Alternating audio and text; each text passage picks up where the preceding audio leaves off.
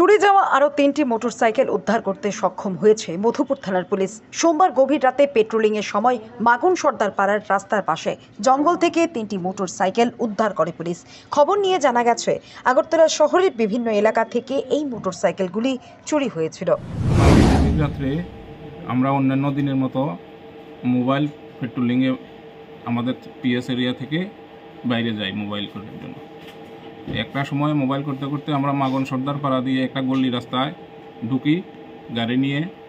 তখন ওই রাস্তা দিয়ে যাওয়ার সময় একটা বাইক রাস্তার সাইডেই জঙ্গলের মধ্যে স্ট্যান্ড করে রাখতে দেখি। তখন আমরা এটার একটু যাচাই করি যে মালিক আছে কি না, কে আছে কি আসে বিষয় খোঁজাখুঁজি করি। তখন খোঁজাখুঁজি করে আমরা ওই এলাকায় কেউকে পাইনি। তখন আমাদের একটু সন্দেহ হয়।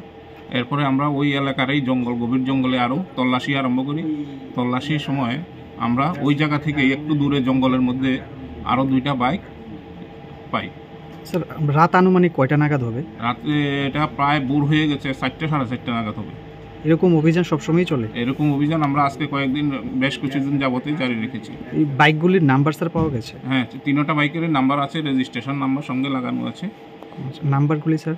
নাম্বারগুলো একটা হলো TR01M 6818 হিরো সুপার স্প্লেন্ডার, আর একটা হলো TR03E 6620 হিরো এসিভার, আর একটা হলো TR01AV 7525 বাজাজ পালসার 220। স্যার, বাইকগুলি কি কোথাও থেকে মিসিং ছিল?